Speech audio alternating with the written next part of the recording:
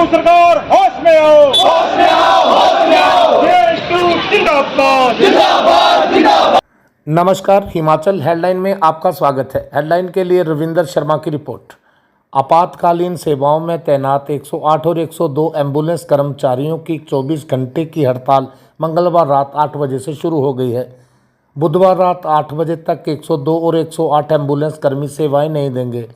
Ambulance कर्मचारी union संबंधित situ ने श्रम कानूनों के उल्लंघन पर हड़ताल का ऐलान किया है। यूनियन का कहना है कि न्यायिक आदेशों को लागू नहीं किया जा रहा, न्यूनतम वेतन भी नहीं दिया जा रहा और कर्मचारियों को प्रताड़ित किया जा रहा है। मांगों को लेकर एनएचएम प्रबंध निदेशक एवं मेट्सवान फाउंडेशन कंपनी राज्य प्रमुख के साथ हुई बैठक में यूनियन की मांगों पर सकारात्मक फैसला न होने से एक दिन की हड़ताल का निर्णय बरकरार रखा गया है। हड़ताल के दौरान कोई भी ड्राइवर व ईएमटी कार्य नहीं करेगा। हड़ताल के तहत 28 मई को सभी जिला मुख्यालयों, नेशनल हेल्थ मिशन प्रबंध निदेशक कार्यालय शिमला एवं मेट्सवान फाउंडेशन मुख्य कार्यालय धर्मपुर, सोलन, धर्मशाला में प्रदर्शन किया। यूनियन ने चेताया कि अगर फिर भी कर्मचारियों की मांगों का समाधान ना हुआ और प्रताड़ना बंद ना की गई तो आंदोलन तेज होगा। सीटू उपाध्यक्ष रविंद्र कुमार ने कहा कि 12 घंटे ड्यूटी करवाई जाती है, परंतु इन कर्मचारियों को ओवर टाइम वेतन का भुगतान भी नहीं किया जाता है। हड़ताल करने का जो मुख्य कारण है वो कंपनी की मैनेजमेंट जो है वो हिमाचल प्रदेश और देश के जो श्रम कानून है उनको लागू नहीं कर रही है और सभी कर्मचारियों से जो है वो 12-12 घंटे की ड्यूटी ली जाती है, लेकिन वेतन जो है वो 8 घंटे का दिया जाता है। और जब कर्मचारियों के द्वारा जो है वो ओवर टाइम के भुगतान की मांग मैनेजमेंट से की गई तो मैनेजमेंट द्वारा जो है वो कर्मचारियों को बड़े पैमाने पर तबादले कर्मचारियों के किए और कुछ लोगों को ऑफिस में बुलाकर जो है वो टर्मिनेट कर दिया, कुछ लोगों को धमकाया।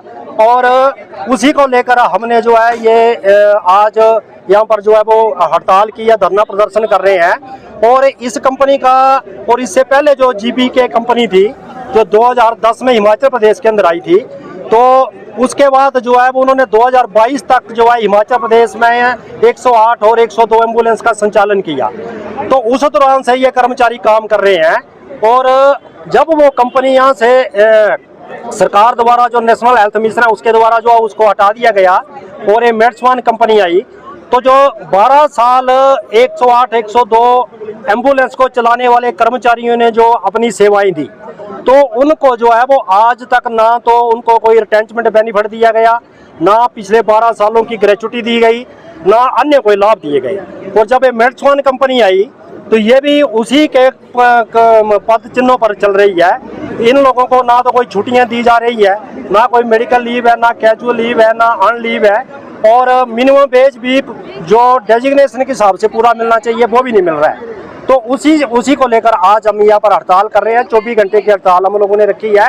और अगर हिमाचल प्रदेश का जो नेशनल हेल्थ मिशन है उसकी जो मैनेजमेंट है, पिछले कल भी उनसे मीटिंग हुई थी लेकिन उसमें बात नहीं बनी और आज अब दोबारा से शिमला में उसकी मीटिंग होगी। अगर कोई फैसला नहीं लेते हैं तो 108 102 जो हमारी यूनियन है उसकी जो राज्य कमेटी है उसकी बैठक होगी और उसमें जो आगे की रणनीति तय की जाएगी। सर, यदि आज भी इमरजेंसी आ जाता है केस तो उसके किस तरह से जो है, देखो ना, अगर इमरजेंसी केस आ जाता है तो हिमाचल प्रदेश सरकार को और राष्ट्रीय हेल्थ मिशन की मैनेजमेंट है उसको सोचना चाहिए।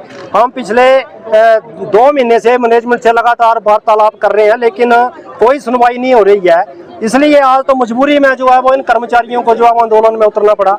अगर हम लोग भी जानते हैं कि ये एसेंशियल सर्विस है, इसलिए हमने जो है एक संकेतिक हड़ताल रखी है, नहीं तो हम अनिश्चितकालीन की हड़ताल में भी जा सकते थे। सर, अगर बात करें इस दौरान यदि किसी व्यक्ति की या किसी मरीज की मृत्यु हो जाती है तो उसका जिम्मेदार क्यों एम्बुलेंस जो है टाइम पे नहीं वहाँ पहुँचती है? नहीं, तो उसकी जिम्मेवार तो हिमाचल प्रदेश सरकार और हेल्थ डिपार्टमेंट और नेशनल हेल्थ मिशन मैनेजमेंट होगी। कि देखो ना, जो देश के कानून है उसको लागू करना तो सरकार और सरकार के तंत्र का काम है, लेकिन सरकार और सरकार का तंत्र जो है वो ना तो हिमाचल प्रदेश के हाई कोर्ट की बात सुन रहा है, हाई कोर्ट ने इनके हक में फैसला दिया है उसको लागू करने की हम बात कर रहे हैं, ना तो उसको लागू कर रहे हैं। जीपी के टाइम की कोई ग्रेच्युटी लोगों को नहीं दे रहे हैं।